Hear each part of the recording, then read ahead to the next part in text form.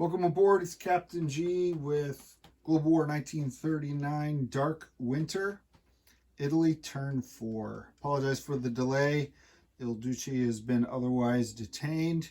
There's a lot of things happening when you're running an empire. So happy that we're able to get back to this turn. Coming into this turn, the Italians have 37 IPP. We're going to buy a fighter for 10. We're going to buy 2 airborne for 4 each, so that's 18. We're going to buy 1 mechanized infantry for 4, that's 22. And we're going to buy 5 infantry for 15, that's our 37. So we'll bring that back, take that away from the Afghan center stage. It must be traumatic to see new units be born and then to watch the carnage of the battles. It's probably contributing to his psychosis. All right, so Italy has a handful of attacks. Only one that we're going to roll dice, but we're not going to roll it. The Germans are going to roll it, and I'll explain why.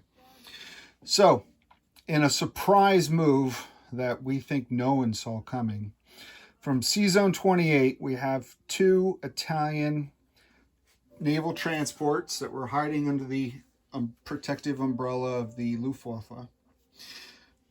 The Basiglieri will jump on the first one, and they will, with Mussolini's son-in-law, Count Ciano, who wants to personally be the first Italian to step foot in Canada, they're going to move 1, 2 to Zone 26, and we're going to secure this airfield in Nova Scotia for Italy. No IPP, but could come in handy someday. The other transport here will embark the 2 Italian infantry in Bordeaux and travel 1, 2, 3 to Zone 11, drop 1 off in Labrador and 1 off in Newfoundland. And that will give Italy a +1, -1 for, oddly enough, the British, as we take the last of their colonial possessions this far north in North America. Again, Labrador is not worth, not Labrador. Labrador is worth 1. Newfoundland is not worth anything. The 4th combat is here. It's rumored that there was a submarine in this sea zone.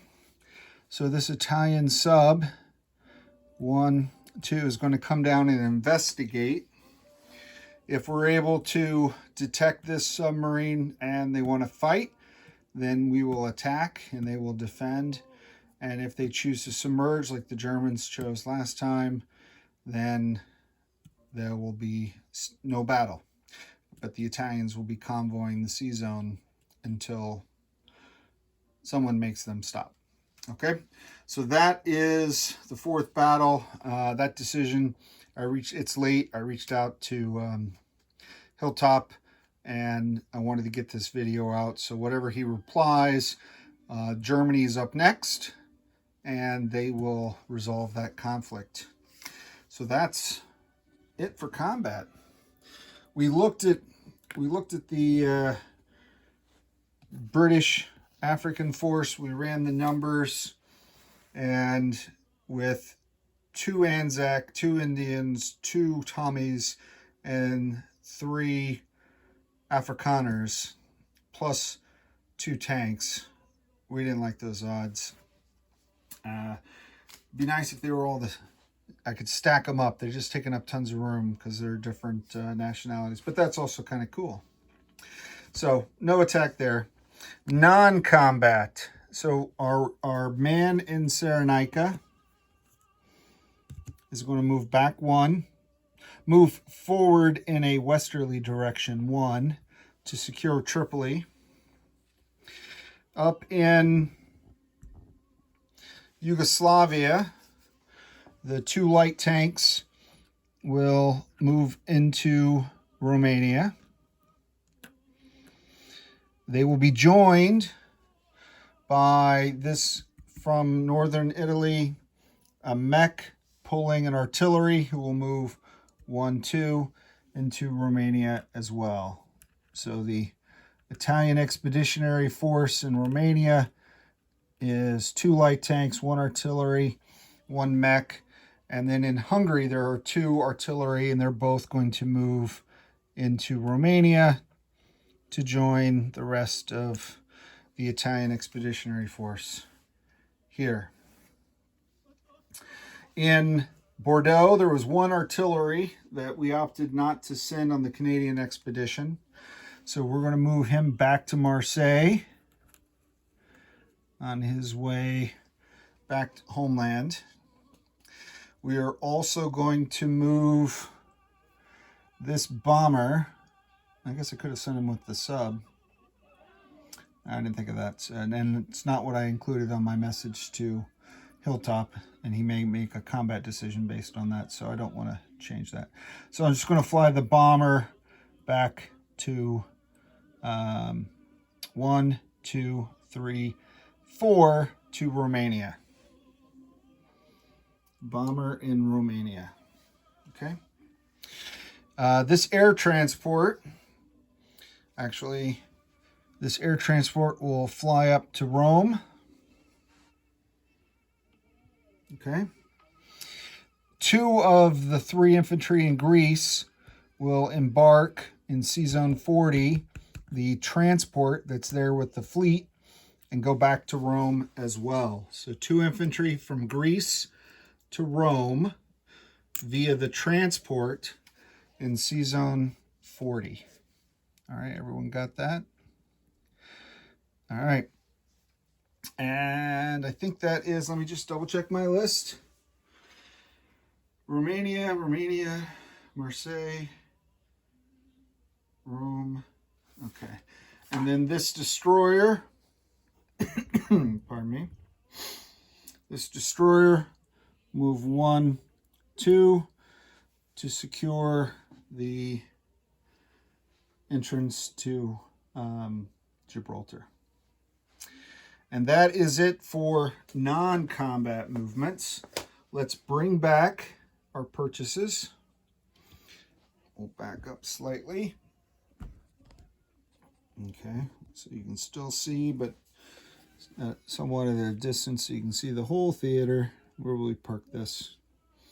Not where we're going to use it, hopefully. All right, we'll park it here in Africa. And you can see, all right, awesome. All right, so we're going to build the fighter in Rome, which I'm going to place on the card, and I'll recap what is in the card for my compatriots, but for you, the viewing audience, that's 2 fighters and a tactical and a air transport.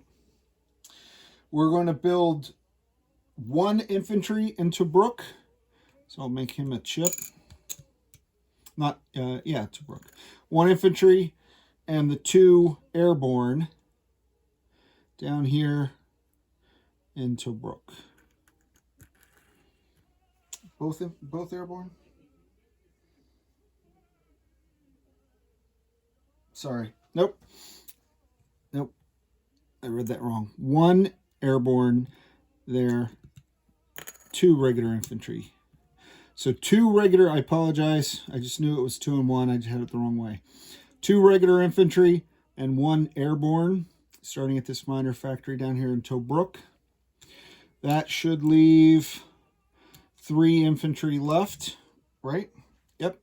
These 3 infantry, I'm going to build 1 in North Italy and 2 and the airborne in Rome. So that's 1 airborne and 2 more infantry in Rome. And then the mech is also in North Italy. So mech in North Italy, airborne, 2 infantry in Rome, airborne, 2 infantry in Tobruk, and fighter in Rome. I think that's everything. Okay, so collect income. Italy was at a base 31 this turn. We didn't, with all our conquests, we didn't add much, but we did add 1. up here for Labrador, and I realized I forgot my roundels. So I'll add that. So that's that takes us to 32, and then we get a 3 IPP bonus for having,